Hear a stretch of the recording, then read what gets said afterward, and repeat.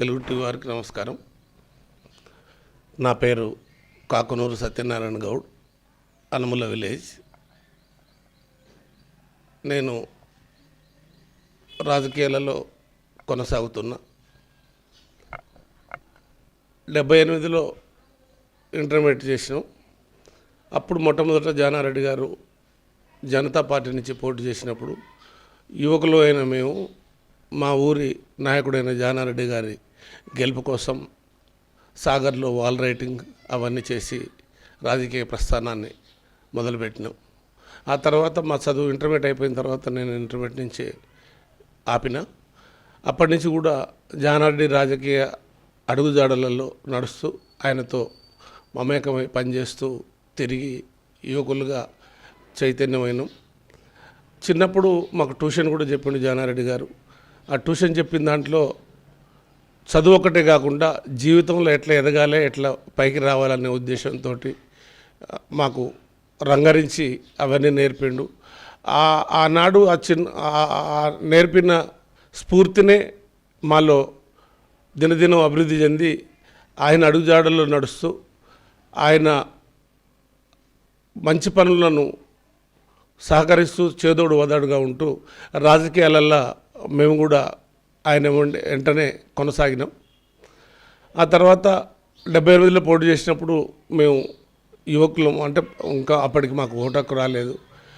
81 సమితి ప్రెసిడెంట్గా పోటీ చేసినప్పుడు నేను ఎంటైర్ సమితి లెవెల్లో వాల్ రైటింగ్ రాసి ఇది చేసిన. తర్వాత 83 తెలుగుదేశం పార్టీ ఏర్పడ్డప్పుడు తెలుగుదేశం పార్టీలో జాయిన్ అయి మొట్టమొదట 83 ఎమ్మెల్యేకి పోటీ చేసినప్పుడు కూడా ఎంటైర్ అసెంబ్లీ పరిధిని మొత్తం మేము తిరిగి ప్రచారం చేసినాం. మొట్టమొదట మంత్రిగా ప్రమాణ స్వీకారం చేసినాడు కూడా మేము ఎల్బీ స్టేడియం పోయి దాన్ని మా గురువు అందనం ఎక్కిన దాన్ని మా కళ్ళారా చూసి చాలా ఆనందపడ్డాం. మా కష్టానికి ప్రతిఫలం దక్కిందని. ఆ తర్వాత 89లో తెలుగుదేశం పార్టీ నుంచి రాజకీయ విభేదాలు వచ్చి జానారెడ్డి గారు కాంగ్రెస్లో తెలుగునాడు పెట్టి తెలుగునాడును కాంగ్రెస్లో విలీనం చేసినప్పుడు మేము కూడా కాంగ్రెస్లో జాయిన్ అయ్యి తన వెంటనే ఉండి పని చేసుకుంటూ వచ్చినాం. ఆ తర్వాత 2001లో మా గ్రామం మేజర్ గ్రామ పంచాయతీ బీసీ మహిళ అయితే అప్పుడు నా భార్య అయిన మంగమ్మకు అవకాశం ఇచ్చి చేస్తే మేజర్ గ్రామ పంచాయతీ ఆ రోజులల్లో తెలుగుదేశం పార్టీ ఉంది. దురదృష్టవశాత్తు జానారెడ్డి ఓడిపోయిండు 94లో. ఓడిపోయిన క్రమంలో కూడా మేజర్ గ్రామ పంచాయతీ హాలియా నుంచి కాంగ్రెస్ తరఫున మా మిస్సెస్ మంగమ్మ కాంగ్రెస్ నుంచి ఇనాన్మర్టిగా గెలవడం జరిగింది. ఆ తర్వాత అతనిచ్చిన అవకాశంతో అనుముల గ్రామాన్ని తీర్చిదిద్ది మొత్తం సీసీ రోడ్లు, సీసీ డ్రైన్లు వేసి ఒక మంత్రి గారి విలేజ్ మంత్రి స్థాయిలో ఉండాలని అభివృద్ధి చేయడంలో ముందంజలో ఉన్నాం. తర్వాత 2006లో నేను మండల్ ప్రెసిడెంట్గా పోటీ చేయడం జరిగింది. మండల్ పార్టీ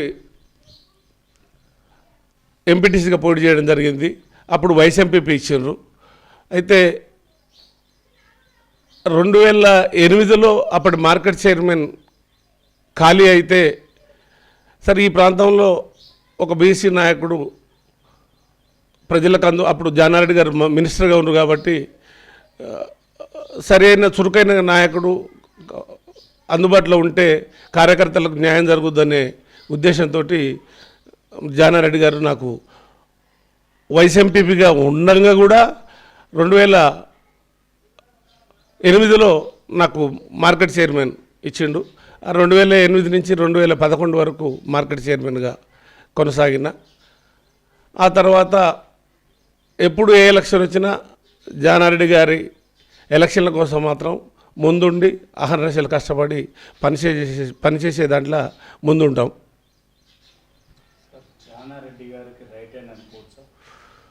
ఇక అది రైట్ హ్యాండా లెఫ్ట్ హ్యాండ్ అనేది నాకు నేను చెప్పుకునేది కాదు. ప్రజలకు మా సేవలు చూసి ప్రజలు కానీ జానారెడ్డి గారు కానీ ఆలోచనలో ఉండాలి, కానీ అది నాకు నేను చెప్పుకుంటే నేను గొప్ప చెప్పినట్టుగా ఉంటుంది. కానీ ఎల్లవేళలా జానారెడ్డి గారికి అండదండలుగా ఉంటూ ఏ చిన్న ఇష్యూ వచ్చినా రాజకీయంగా ఎంతోమంది సౌమ్యంగా ఉన్నా మేము మాత్రం జానారెడ్డిని ఎక్కడ మా ముందు అవమానించినా ఇది చేసినా ఓర్చుకోలేదు. ఎన్నోసార్లు దెబ్బలాటలకు కొట్లాటలకు పోయి జానారెడ్డిని అవమానించిన వాళ్ళను కొట్టి కేసుల పాలైన రోజులు కూడా ఉన్నాయి. కానీ ఒక వీర సైనికుల్లాగా పనిచేసినానైతే చెప్పగలుగుతా. జానారెడ్డి గారు ముఖ్యమంత్రి పదవికి అర్హుడా? నేటి రాజకీయాలను చూస్తుంటే బరాబర్ అర్హుడే. ఎందుకంటే దాదాపుగా కాంగ్రెస్ పార్టీలో దాదాపు అన్ని శాఖలను తిరగేసిన వ్యక్తి, సౌమ్యుడు, విచక్షణ, ఆలోచనాపరుడు, తొందరపరుడు. కాబట్టి ఆ అర్హత ఆయనకు ఉన్నది, ఆ అవకాశం కూడా వచ్చింది. కానీ తెలంగాణ కోసం దాన్ని వదులుకున్నాడు. లేకపోతే కిరణ్ కుమార్ రెడ్డి అయినప్పుడే జానారెడ్డి ముఖ్యమంత్రి అవుతుండే. కానీ నాకు తెలంగాణ ముఖ్యమనే ఉద్దేశంతో ఆయన అవకాశాన్ని వదులుకున్నాడు.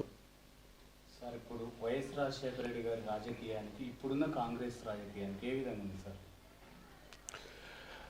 వైఎస్ రాజశేఖర రెడ్డి కాంగ్రెస్లో ఒక 10-15 సంవత్సరాలు వితిన్ పార్టీలనే నాయకత్వం కోసం పోరాటం చేసి ఆఖరికి తన వితిన్ పార్టీలనే తన శత్రువులను ఎదుర్కొని రాష్ట్ర నాయకుడిగా ఎదిగి ఒక 5 సంవత్సరాలు ప్రజాప్రస్థానాన్ని మొదలుపెట్టి మొత్తం యావత్ ఉమ్మడి రాష్ట్రాన్ని పాదయాత్రతో తిరిగి ప్రజల కష్ట నష్టాలను తన కళ్ళతో చూసి అప్పుడు హక్కున చేర్చుకున్న ప్రజలు రాజశేఖర రెడ్డిని గెలిపిస్తే, గెలిచిన తర్వాత తన కళ్ళతో చూసిన కష్టాలన్నీ కూడా ప్రజల ఈతి బాధలను తీర్చాలనే ఉద్దేశంతో ప్రభుత్వం ద్వారా కొత్త పథకాలను సృష్టించి, అంటే అంతకుముందున్న ఎన్టీ రామారావు ఉంచిన పథకాలను కొనసాగిస్తూనే ఇంకా కొత్త పథకాలను, రైతు రుణమాఫీ అని ఇవన్నీ పెట్టి రైతుల పక్షాన నిలబడి రైతులకు చాలా మేలు చేసిన విషయంలో అది అతిశయోక్తి ఏమీ లేదు అందులో. సార్, జానారెడ్డి గారి రాజకీయం ఈ కొడుకులు ఇద్దరు ఎంపీ కానీ ఎమ్మెల్యే గారు కానీ చేస్తారంటారా ఆ విధంగా? జానారెడ్డి తన యుక్త వయసులో ఎలాంటి పదవి లేని నాడే తనకున్న ఆలోచనలతోటి పనిచేస్తున్న క్రమంలో ఆనాటి తన గురువైన నిమ్మల రావులు గారు టీచర్ జాబ్ ఇప్పిస్తే ఆ టీచర్ జాబ్ కొనసాగిస్తుంటే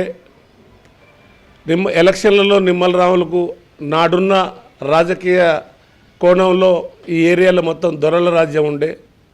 ఆ దొరలకు వ్యతిరేకంగా ఊరికి గ్రామాలలో పోయి జెండాలు బాతి యువకుడిగా ఉన్న జానారెడ్డి నిమ్మలరావులకి సహాయపడితే నిమ్మలరావులు గారు సమితి ప్రెసిడెంట్గా అయిన తర్వాత ఆ రోజులలో టీచర్ పోస్టులు నామినేటెడ్ మీదనే ఉండేది. పియూసీ చదివిన జానారెడ్డి గారికి టీచర్ పోస్ట్ కల్పిస్తే నాడున్న సమితి ప్రెసిడెంట్ రమణారెడ్డి జానారెడ్డిని ఏ విధంగానైనా ఇది చేయాలని తుమ్మడ గ్రామంలో ఒక చేయని నేరానికి జరిగిన ఒక మర్డర్లో జానారెడ్డిని అసత్యంగా చేర్చడం జరిగింది. నాడు వాస్తవంగా జానారెడ్డి గారి తండ్రి దినం ఉండే, కానీ జానారెడ్డి గారు ఆ రోజు స్కూల్కి అటెండ్ అయినట్టు, మధ్యాహ్నం నుంచి ఆబ్సెంట్ అయినట్టు క్రియేట్ చేసి ఆనాడు జరిగిన మర్డర్లో ఇతని ఇన్వాల్వ్మెంట్ ఉందని చెప్పి కేసులో ఇరికించడం జరిగింది. ఆ తర్వాత ఆ కేసును ఫేస్ చేసి నిరపరాధిగా విడుదలై నాటి నుంచి పూర్తి రాజకీయాలలో కొనసాగుతూ కొంతకాలం నిమ్మలరావులు గారు ఎమ్మటి ఉంటూ తర్వాత గురు శిష్యులకి ఇద్దరికి రాజకీయ విభేదాలు వచ్చి జనతా పార్టీ ఏర్పడ్డప్పుడు 78లో జనతా పార్టీలో చేరినప్పుడు నాడు సేమ్ కాంగ్రెస్లో ఉన్న మేరెడ్డి వెంకటరెడ్డి ఆయన కూడా కాంగ్రెస్ పార్టీలో ఉండే, ఆయన జనతా పార్టీలో చేరిండు. స్వర్గీయ జయపాల్ రెడ్డి గారికి దగ్గర బంధువు అవుతాడు.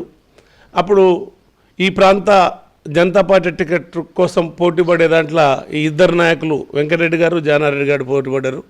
వెంకటరెడ్డి గారి తరఫున జయపాల్ రెడ్డి, జానారెడ్డి గారి తరఫున కేవీ సత్యనారాయణ గారు పై స్థాయిలో ప్రయత్నాలు చేశారు. కేవీ సత్యనారాయణ గారు మొదటి నుంచి కూడా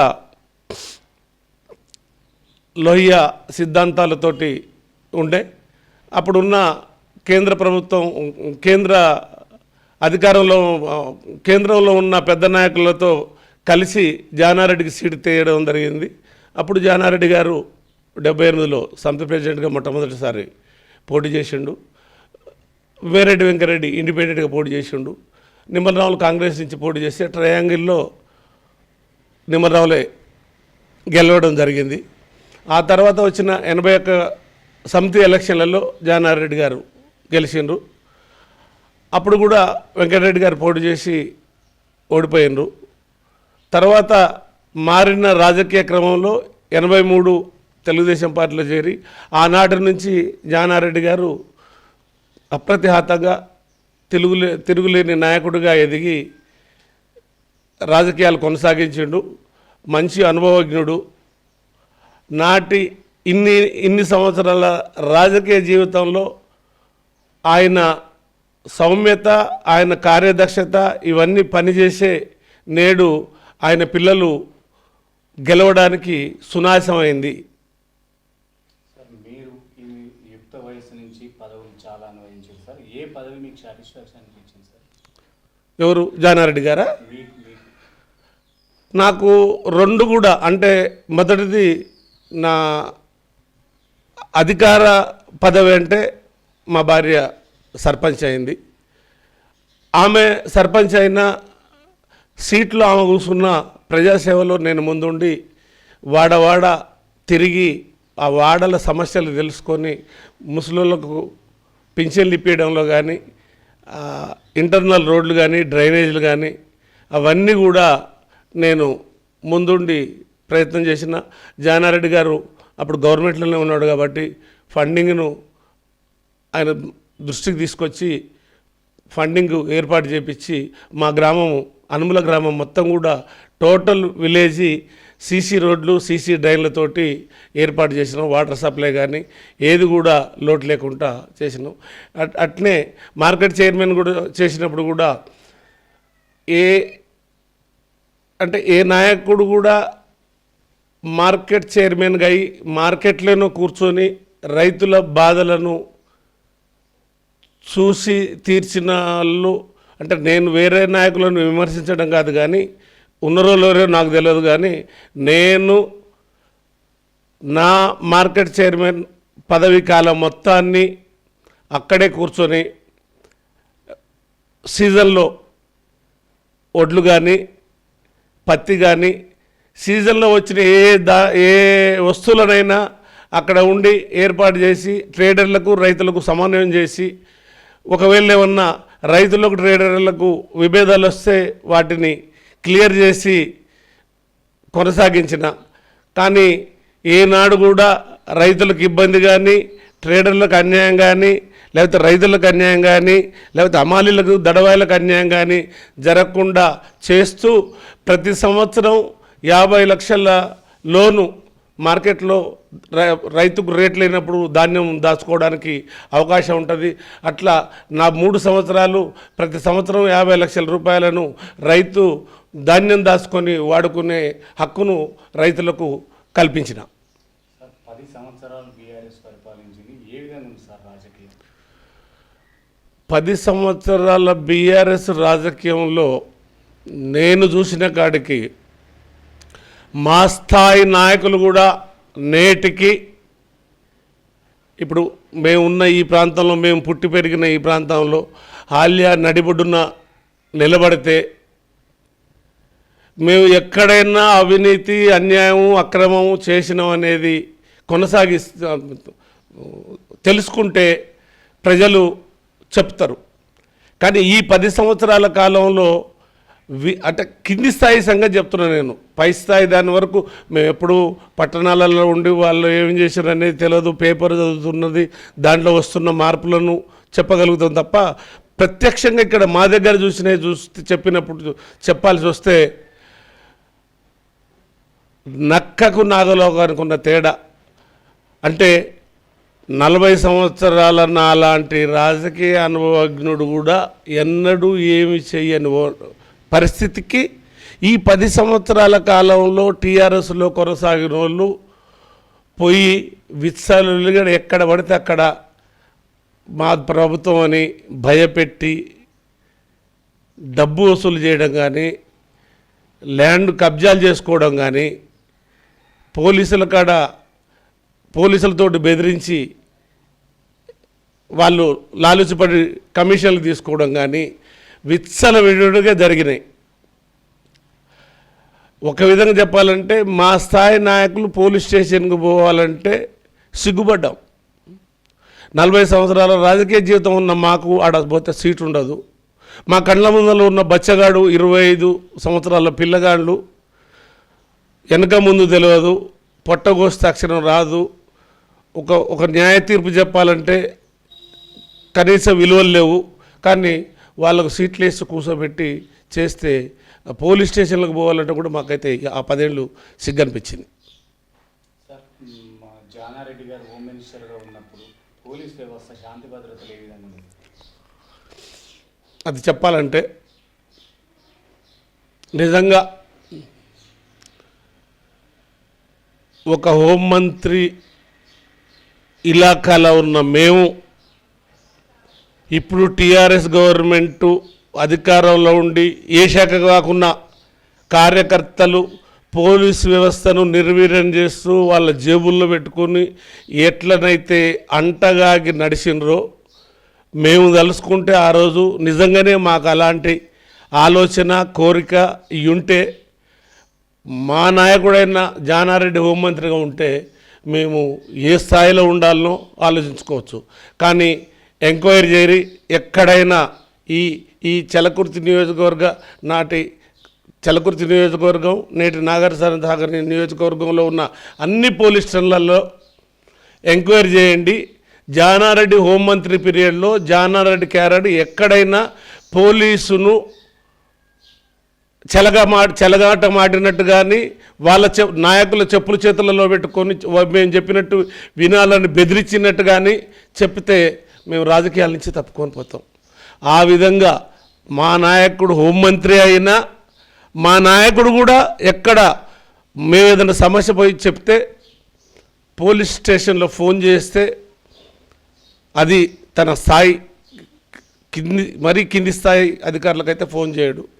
పై స్థాయి అధికారులకు ఫోన్ చేసినా ఎంత లౌకికంగా చెప్తాడంటే, ఇగో మా వంద ఏదో సమస్య ఉందంట, ఇది చూసి న్యాయం ధర్మం అయితే చేయండి, లేకపోతే లేదంటాడు తప్ప వీడు నా ఓడు ఏం చేస్తావో నాకు తెలియదు, డూ ఆర్ డై అనే మాట నాయకుడు నోటి నుంచి ఎప్పుడు కూడా రాదు. అది రానే రాదు. అలాంటి సౌమ్యుడు, అలాంటి నిబద్ధత కలిగిన వ్యక్తి జానారెడ్డి. న్యాయబద్ధత కోసమే పనిచేస్తారు తప్ప తన క్యాడరు స్వార్థం అనేదానికి లేని వ్యక్తి. నిలువెత్తు నిదర్శనం జానారెడ్డి గారు నిస్వార్థంగా పనిచేయడానికి. సార్, చివరిగా జానారెడ్డి గారితో పోల్చుకుంటే ఇప్పుడున్న ముఖ్యమంత్రి రేవంత్ రెడ్డి గారు అర్హుడు అంటారా ముఖ్యమంత్రి పదవి? అంటే ఆ స్థాయి జానారెడ్డిని పోల్చినప్పుడు కాదు. ఎందుకంటే జానారెడ్డి గారు చాలా అనుభవజ్ఞుడు. ఒక్కొక్కసారి అవకాశాలు కలిసి వస్తాయి. రేవంత్ గారు ముఖ్యమంత్రి అయినా ఫస్ట్ జానరెడ్డి గారి కాడికే పోయి ఆశీర్వాదం తీసుకున్నాడు, సలహా అడిగిండు. అతన్ని గౌరవ సలహాదారుగా ఉండమంటే కూడా సరే నేను ఉండనన్నాడు. జానారెడ్డి అనుభవం ఎక్కువ ఉన్నది, కానీ నేటి రాజకీయాలకు కావాల్సింది అనుభవంతో పాటు దూకుడు కూడా. ఆ దూకుడు జానారెడ్డి గారిలో ఉండదు. మరి రేవంత్ గారు యువకుడు కాబట్టి మంచి కార్యదీక్షాపరుడు, ఆవేశం ఉంది, జీలుంది, జనానికి మేలు చేయాలనే తపన, కోరిక ఇవన్నీ ఉన్నాయి కాబట్టి పెద్దల సలహాలను తీసుకుంటూ ముందుకు పోతున్న రేవంత్ గారిని కూడా జానారెడ్డి గారు ఆశీర్వదించే పంపిండు. నేడున్న పరిస్థితులలో 100కి 100 రూపాయలు రేవంత్ గారు 100% suitable person for the Congress. గత ప్రభుత్వం ప్రవేశపెట్టిన బడ్జెట్కి నిన్న ప్రవేశపెట్టిన బడ్జెట్కి ఎలా ఉంది సార్ తేడా? బడ్జెట్ అంటే కాంగ్రెస్ ప్రభుత్వం, మా ప్రభుత్వం ఇప్పుడు మొదటి సంవత్సరం నిండా 8 నెలలు కాలేదు, అలా 2-3 నెలలు ఎలక్షన్ల ఈ పీరియడ్కే పోయింది, ఒక 5 నెలలు పరిపాలించింది. టీఆర్ఎస్ ప్రభుత్వం చెప్పిన బడ్జెట్ను కరెక్ట్గా పూర్తి చేయలేదు. లాస్ట్ సెషన్ చూస్తే కూడా రెండోసారి 5వ సంవత్సరం బడ్జెట్ చూస్తే కూడా వాళ్ళు చెప్పింది ఒకటి, చేసింది ఒకటి. అట్నే టోటల్గా ఈ 10 సంవత్సరాలలో కూడా మొత్తం అప్పుల కుప్ప చేసి రాష్ట్రాన్ని దివాలా తీసే పరిస్థితి చేసిండ్రు. ఇవాళ సరే కాంగ్రెస్ ప్రభుత్వం కుదురా అదే ఆవేశంతో మేము ప్రజలకు చాలా చేయాలనే ఉత్సాహంతో ముందుకొచ్చిండ్రు. కానీ ఇప్పుడు తీరా చూసేసరికి ఆ త్రిజోరి గొల్లెం తీస్తే మొత్తం ఖాళీ అయి ఉంది. కాబట్టి ప్రభుత్వం ఎంత ముందుగా, ఎంత ఆవేశంగా, ఆశయంతో ముందుకు పోవాలని అనుకుందో అప్పుడు ఆ గల్లపెట్టె చూసినప్పుడు ఏం లేకపోయినప్పుడు కొంచెం ప్రభుత్వం కూడా నిరుత్సాహపడడంలో వాస్తవం. కానీ ముందు ముందు ఎట్లా ఈ సమీకరణలు చేసుకోవాలి, ఎట్లా బడ్జెట్ను లోటుపాట్లు లేకుండా పూడ్చుకొని మేము ఇచ్చిన హామీలను నెరవేర్చే దాంట్లో ముందుకు సాగాలనే దాంట్లో ముందుకు పోయేదానికి అన్ని ప్లాన్లు వేసుకొని ముందుకు పోతారు. ఆ దాంట్లో కాంగ్రెస్ పార్టీ సక్సెస్ అయిందని నేను ఆశిస్తున్నా. సార్ ఫైనల్ ఒకటి మీరు ఏమనుకున్నట్టు ఒకటే క్వశ్చన్ సార్, నల్గొండ జిల్లా కాన్స్టిట్యున్సీలో ఉన్న ఓటర్లందరూ రెడ్డిలకు ఊరుగం చేస్తున్నారు అనుకోవచ్చు? ఇది కొంచెం ఆలోచించాల్సిన విషయమే. ఎందుకంటే ఇది కాంగ్రెస్ పార్టీ, ఈ జిల్లా కమ్యూనిస్టుల పార్టీ నుంచి కూడా ఆనాడున్న నాయకులు రెడ్లే ఎక్కున్నారు. రెడ్లున్న ఆనాడు కమ్యూనిస్టులో ఉండి బీద ప్రజల కోసం పోరాటం చేసినది వాస్తవం. కానీ కొద్దిమందే ఈ జిల్లాల నాయకత్వం వహించారు. ఇటు నిమ్మలరాములు కానీ, అటు కమలమ్మ కానీ, తర్వాత ధర్మభిక్షం కానీ కొద్దిమంది అక్కడక్కడ కొంతకాలమే చేసిండ్రు. అంటే కొంతకాలం అంటే నిమ్మలరావులు 15 సంవత్సరాలు 3 టర్ములు చేసిండు. ధర్మభిక్షం గారు కూడా ఒకసారి ఎంపీగా గెలిచిండు, 2 సార్లు ఎమ్మెల్యే గెలిచిండు. కమలమ్మ కూడా సూర్యాపేట నకరకల్ నుంచి 2 సార్లు ఎమ్మెల్యే అయింది. కానీ ఈ రాజకీయ ఎదుగుదలలో వస్తున్న మార్పులలో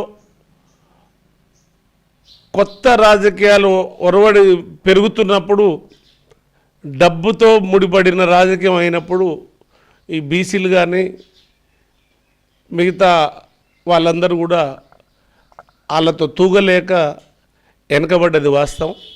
మరి ఇప్పుడు నడుస్తున్న ట్రెండ్ చూస్తే మరి ఒకప్పటి రాజకీయాలకు ఇప్పటి రాజకీయాలకు చాలా తేడా ఉన్నది. నిరంతరం డబ్బుతో కూడుకున్న పని. ఆ డబ్బు మరి సామాన్య జనంలోనొచ్చి ఎదిగిన నాయకుడు పెట్టలేడు. మరి డబ్బులు లేకున్నా మనలాంటి మన మనకు అక్కరొచ్చేది, లేకపోతే మన సారూప్యత కలిగిన నాయకులను తీసుకురావాలి పైకి అనే ఆలోచన ఓటర్ల దృష్టిలో ఉండాలి. మరి అది అంతా లేని పరిస్థితి కాబట్టి, అంటే ఎవరికి వారే యమునా తీరే అన్నట్టుగా మీరు కేవలం రెడ్ల ఆధిపత్యాన్నే కామెంట్ చేయాల్సిన అవసరం లేదు. ఇక్కడ మిగతా బీసీలు కూడా చైతన్యమై మన ఉనికిని మనం కాపాడుకోవాలనేది వచ్చినప్పుడు అది మార్పు జరుగుద్ది. అది భవిష్యత్తులో మరి ఇంకా కొంతకాలానికైనా వస్తుందేమో చూడాలి.